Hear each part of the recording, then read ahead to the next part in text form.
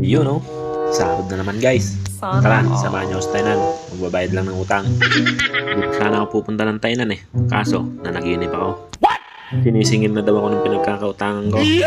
At nung magising ako, putya, totoo pala. May utang nga pala ako. Huling-hulog ko na nga pala sa cellphone na kinuha ko.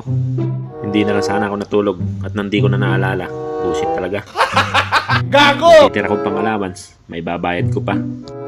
Nakapagpadala na kasi ako sa mga Junakis ko. At nakapaghulog na rin ako sa aking bank account. Kaya pang allowance lang tinira ko.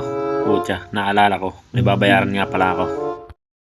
Nakakapagbenta na naman ang sarili na to. Huwag mong Hindi, joke lang. subukan. Pagdating nga dito sa train station ng Dahoy, nagmuni-muni muna ako.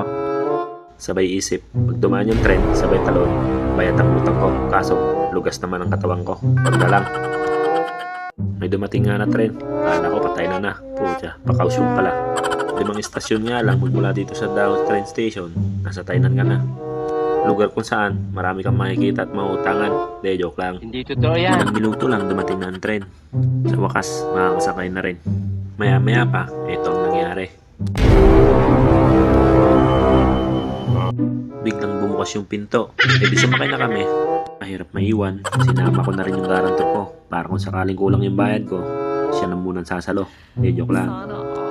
Ilang minuto lang dumating na kami dito sa Tainan. Medyo masama nga ang panahon at may parating na bagyo. At kung taga Tainan ka, alam mo na kung saan lugar to. Dito maraming napapariwarang mga Pilipino. De, joke lang. At kung luma na at sobrang hirap na gamitin yung cellphone nyo, tuturo ko sa inyo kung saan ako kumuha ng cellphone. Umutang pala. Sobrang ganda at good quality yung mga items nila. LA, baka naman. Paglabas nyo nga ng train station ay lumakad lang kayo ng konti. Sabay lingon, kaliwat kanan. Mangungutang ka na nga lang, masasagasahan ka pa. De, joke lang.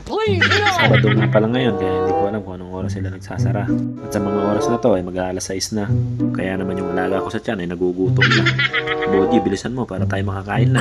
At sa wakas nakarating na nga kami dito. Muntik pa akong bagungutin sa inyo. De, joke lang.